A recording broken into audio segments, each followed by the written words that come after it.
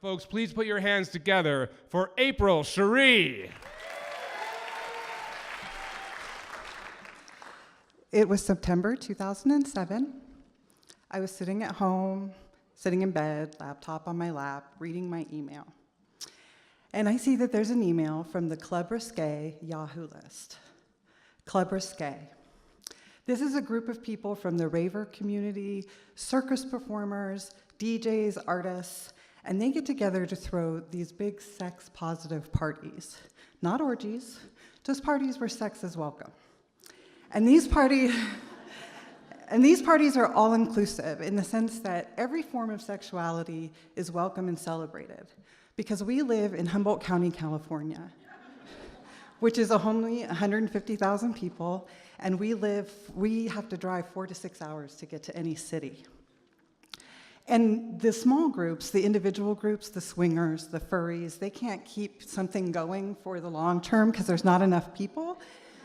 But you get everybody together under the same roof, 200 to 300 people, and you have some real momentum. So these Club Risque parties were a highlight of my life. And I'm checking my email, seeing this one email from them, hoping that it's going to be that they're announcing a Halloween party, because they've been on hiatus for a year, and there's been no parties, and that kind of sucks. And so I opened the email, and yes, they are having a Halloween party, but they're also announcing that it's their last party. Club Risque isn't going to exist any longer. And I'm devastated. Like, these parties are a highlight of my life. I experience joy and freedom. There's a freedom there that I've never experienced anywhere else. So it was 5 years prior when a friend of mine invited me to volunteer for Club Risque for the Vibes crew. What's a Vibes crew? It was a crew that she created that took care of like the emotional safety inside the party.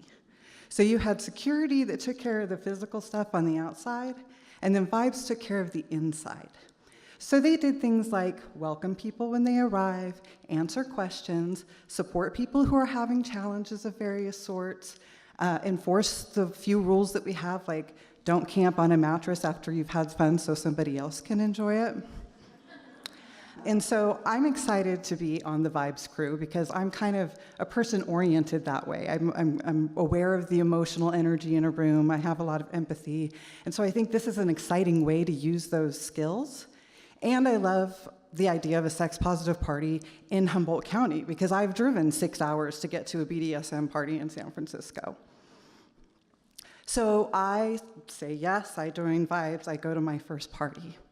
I dress kind of like a ice princess in white and silver, and I make this weird, interesting sculpture for my head, and I carry this basket because I'm actually a shy introvert who finds that it's going to be easier if I have something to offer people when I go to talk to them. So I carry this basket filled with Halloween candy and funny toys and these Christmas decorations from the dollar store. It was long pieces of tinsel on a stick that you could use like a whip. And it didn't hurt, but this turned out to be so popular that people were looking for the woman with the sculpture on her head all night long. The party itself was mind-blowing. They get the energy going with amateur performances, so people in the community who are willing to be sexy and vulnerable on stage. And they're funny and they're sexy and it's captivating. And then that does get the energy going, and you have a party going where people are dancing and eating and the normal party things. But I walk around the room, and I also notice there's mattresses on the floor around the sides of the room, and I'm watching what people are doing. And there are people having, cuddle puddles, getting to know each other. And there are people playing games, like with the sexy dice that you throw so that, you lick an earlobe or something of that nature. And then I go into the dungeon and I see, incredible scenes in there, including a friend of mine is caning a woman laid out on a medical gurney, face down. And this woman is giggling. I've been in dungeons where you hear moaning and groaning and whimpering and maybe even screaming, but I have never heard giggling. And the harder the cane comes down, the harder she laughs. It's kind of spectacular. And then there's one other scene that I remember seeing where, I mean, I guess it was kind of a scene. There were two women who obviously knew each other, who ran to each other from across the room, and they crashed into this ball of wrestling, giggling, tickling, kissing, and you can just tell that they're really into each other, and they're showing that in this really playful, beautiful way, and I think, I want that. I want someone to want to play with me like that. I worked for Club Risque for 5 years, and that never happens for me. I'm a wallflower. Outside of my vibe shifts, when I do interact with people, I'm literally hanging out the edge of the walls, just watching everybody else have an amazing time, and being happy with the fact that this is the most exciting and beautiful thing going on in Humboldt County right now. So I'm happy with what I'm experiencing. I think there are two reasons that I didn't break through to bigger community with Club Risque. One was that I didn't really feel beyond vibes at the party themselves, that anybody was kind of reaching out to make sure there's more connection and more belonging. And then there was me, where I have this part of myself that I call the invisible girl. She's like an archetype, I guess, and she came to being when I was a child, and I was the daughter of a narcissist mother. And narcissist parents take up all the space in the home. Everything is about their needs, their desires, their feelings. And so I literally felt invisible. And I was used to my needs and desires not getting met. And I carried that into adulthood, like we do with our childhood traumas. And I carried that into my 30s with Club Risque. And so I didn't know how to become visible and break out of this thing that I had created where I just didn't let myself be seen. So come back to fall 2007, Club Risque is ending, and it turns out I am not the only one who's devastated by this. There is a group of people, mostly volunteers, and we start meeting to talk about, okay, how can we keep these parties going? And the issue that arises is that nobody wants to take on the very unsexy responsibility of doing things like getting the venue, getting the insurance, managing the equipment. But eventually 2 women step up, Jen and Paddle. Paddle was her nickname. Jen and Paddle step up and they say, we'll be the head of this body that wants to make these parties happen, and anybody here tonight who wants to join us, please do. And in my heart, I immediately think, yes, I want a chance to shape these parties. And so at the end of the night, I go to them and I say, I want to join you, and I'm the only one who does. So we become the 3 hostesses of the Impropriety Society. We immediately start working on our first party, Cheri's Jubilee, for May 2008. We get together weekly, we have dinner, and we're working out logistics. And we get to the conversation about crews, because it takes several crews to make these amazing parties happen. And I say that I want to oversee the Vibes crew. And Paddle says, what's the Vibes crew? And why do we need one? And she kind of thinks it's woo-woo. And I stand for, I actually don't want to throw these parties without a Vibes crew, because I think it's that important, and I think we can do it better. And so, fortunately, Jen has been into a lot of Club Risque parties, and she also agrees about the Vibes crew being important. And so we move forward. There's going to be a Vibes crew. And then I advocate to do a mini Vibes training at the all-staff meeting so that we can get everybody on the same page about the fact that we want to create a sense of belonging, and we want to enforce this value of radical inclusion.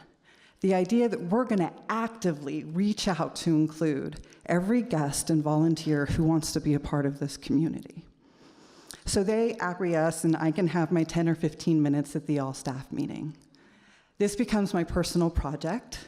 I write a speech, typed pages, and I am both excited because I want to influence things in a positive way, and I'm also very scared because I'm afraid of being rejected and that everybody's going to think that I'm kind of woo-woo.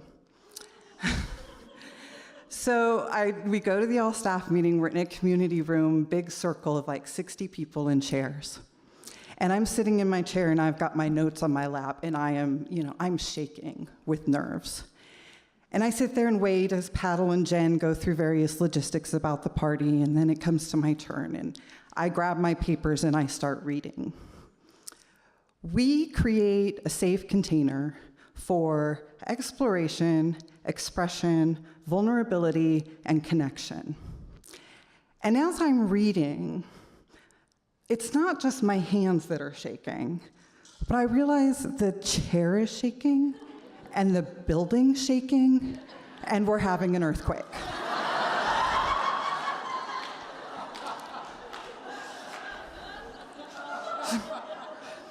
It wasn't a very big one, somewhere between a 4 and a 5, and of course it doesn't last very long, 5 to 7 seconds, but of course everybody gets riled up, and there's all this conversation and laughter, and what I hear emerge from the conversation is, April, you made the earth move.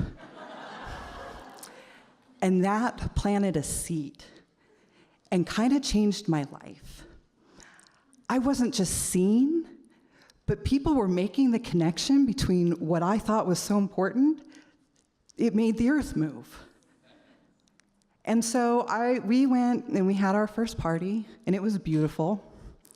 I thought I would work the whole night. I was kind of assuming I'd have the same party experience I'd always had. But that was not the case. I got invited to play Spin the Bottle with those sexy dice with a whole circle of really kissable people. And at the end of the night, I got invited to a cuddle puddle to go to sleep, because we sleep for a couple hours before we have to get up and take everything down. And then we went on for 5 years to throw events. And I experienced a lot of beautiful connections.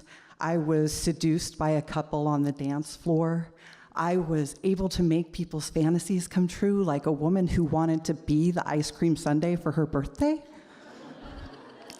I had people who made my fantasies come true, like I got to stand, so it was a double St. Andrew's cross, and there's a woman on each side who's tied up and being flogged, and I'm right in the middle of them, and I get to kiss them and touch them and do whatever I want with them.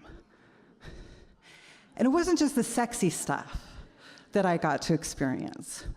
In my years with the Impropriety Society, I found my belonging. I found my voice. I found strength in my leadership in the way that I want to lead. By creating these events and trying to give everyone else what I wanted so badly, I actually created it for myself. A whole new kind of party and a whole new visible me.